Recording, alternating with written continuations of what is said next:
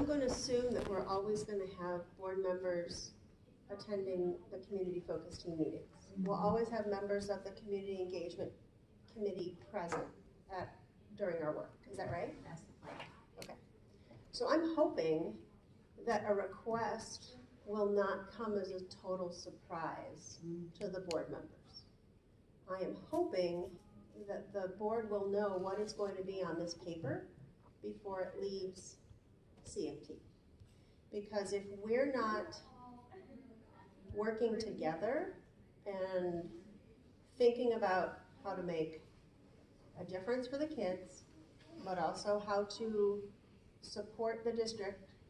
Now I keep saying whatever you said at the superintendent listening post about being here to support the district to be successful.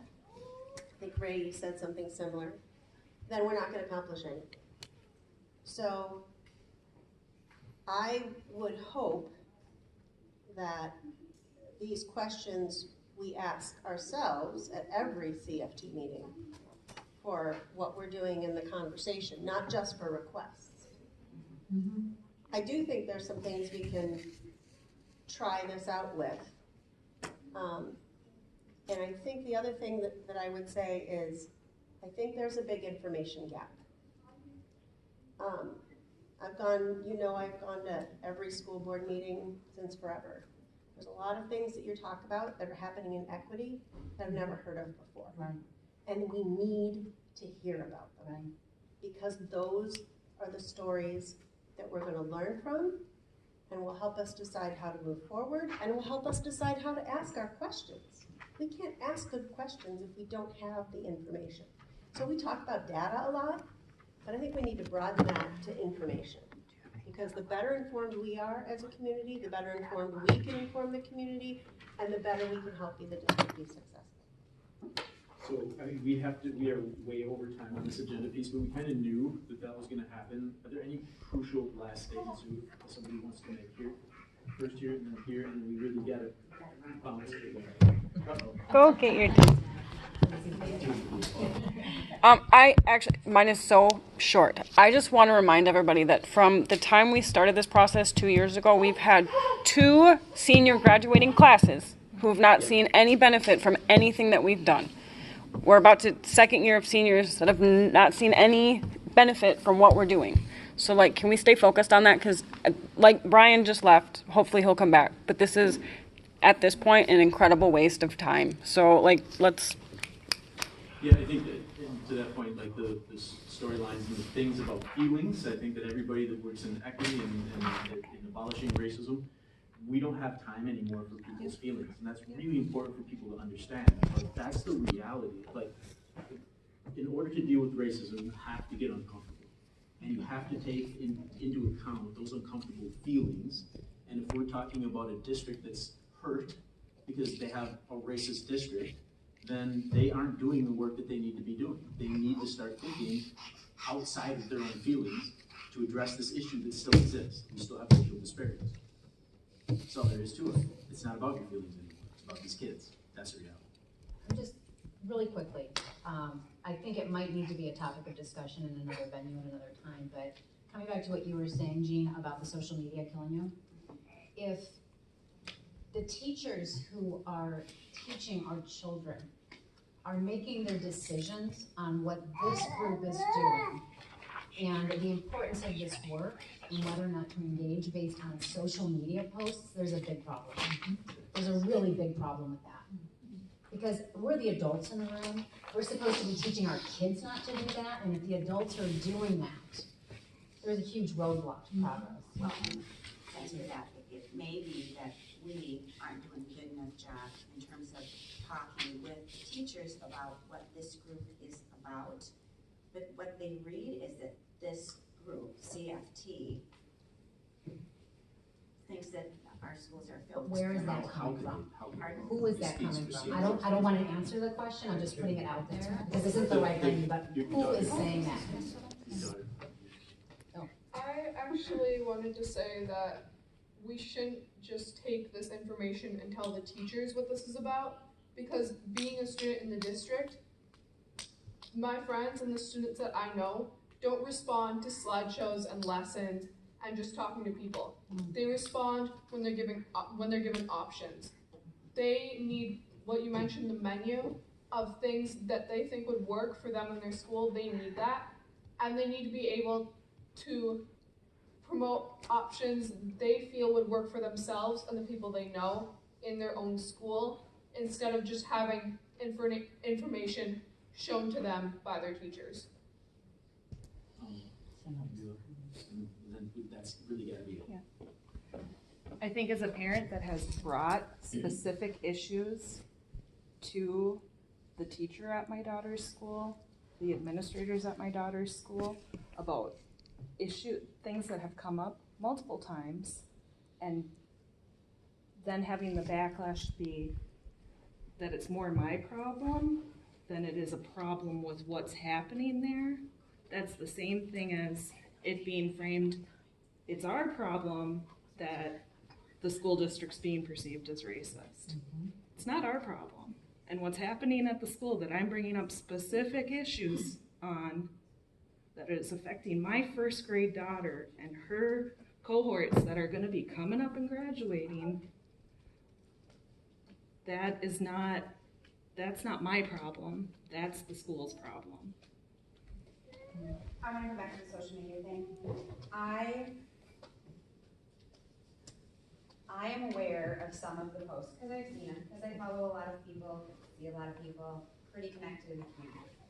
But frankly, it's just like when one person or two people or 6 people do not represent the organization. So unless the posts are coming from this group with our own tagline, and it is us, it's not fair. Because not all of us say those things, not all of us feel that way.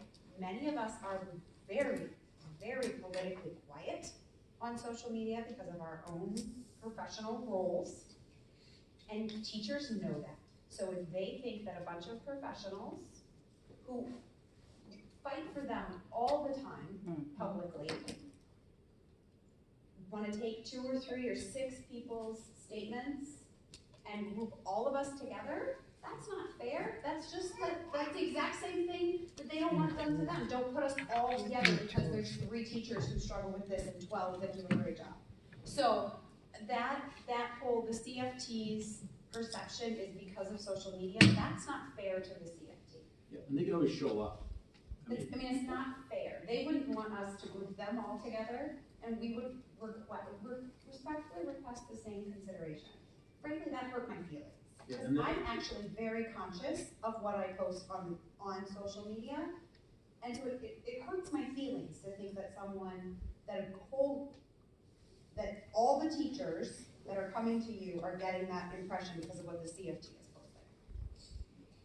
So, that being said, and I think that, the teachers are always invited to be a part of the CFT. They've been invited to the table many dozen times to be here and be part of this process, and we don't see tons of them. But they are welcome to speak here to disprove their theories. I know, I'll take responsibility. I'm very vocal on Facebook, everybody. I talk a great deal about the school to prison pipeline in general sense. Sometimes I talk about Rochester. You'd have to go back, somebody did some research and went back 6 months and found one vague reference that I made towards Rochester Public School District. But generally I talk about the schools in the United States, including Minnesota, being at the bottom of the barrel, okay? And I can take responsibility to this group that I do that. I'm probably not gonna change it because I care that much about this issue. I talk about it, okay? And I talk about what racism looks like in our school system systematically, and I talk a great deal about it because I care about it. It's what I talk about a great deal. It's not directed towards any individual or any purposeful attack on Rochester District. That's absurd, okay? And if somebody's using what I post to tell the teachers that the CFT is saying that they're all racist or attacking them individually, somebody's lying to them because you couldn't find it on my Facebook anywhere. Go ahead, I challenge you to find it. We need to move on to finish our few last things. We will take this and use this as a template. We'll try it out. The thing that I asked for as far as at what level do things need to go to, if you could work on that and get back to us, you can send us an email and tell us what you think seems like appropriate, and then we'll work with that, and we'll test it out and see how it goes. And Right. Carl, can we also ask for a time frame for turnaround? Like how far ahead do we have to Yeah. make a request?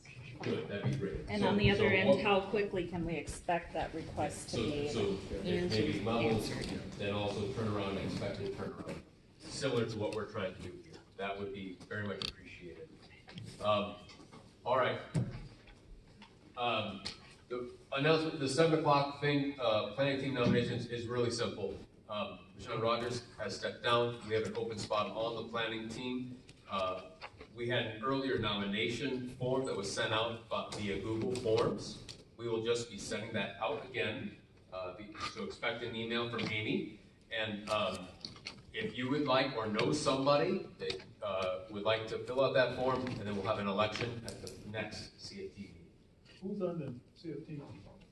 The planning team currently is myself, Kamau, Heidi, Catherine, and Kit. So there's 5, and the plan is to have 6 plus a youth at some point once we get numbers in a group to pull from. And when do you meet? We meet first Monday of the month. We've been meeting at 1 o'clock. But that is what was it? It was like 12:30, something like that. That's also like, That's what worked for the current planning team. Should someone choose to run and be Yeah. chosen we and are have a flexible. different conflict, we would all try to work around that, obviously. All right, so just that, take that as an announcement and we'll send that out and let everyone else know about that. Carla, Yeah. can I add one thing? If we do approve the consent agenda piece, then the communicators from each subcommittee would send me the notes by whatever deadline we established. And those will go out to the full group in advance of the next meeting. So I think the staff development group did that with their last 2 sets of notes, so we did send those out for you. Way to go, Sarah. For the sake of moving things along, back to this consent agenda, I've filled in the blanks with suggestions. I'm gonna make a motion with suggestions of what those times should be. All right? I'm suggesting that, making a motion to adopt this reporting structure for the consent agenda, be it the subcommittee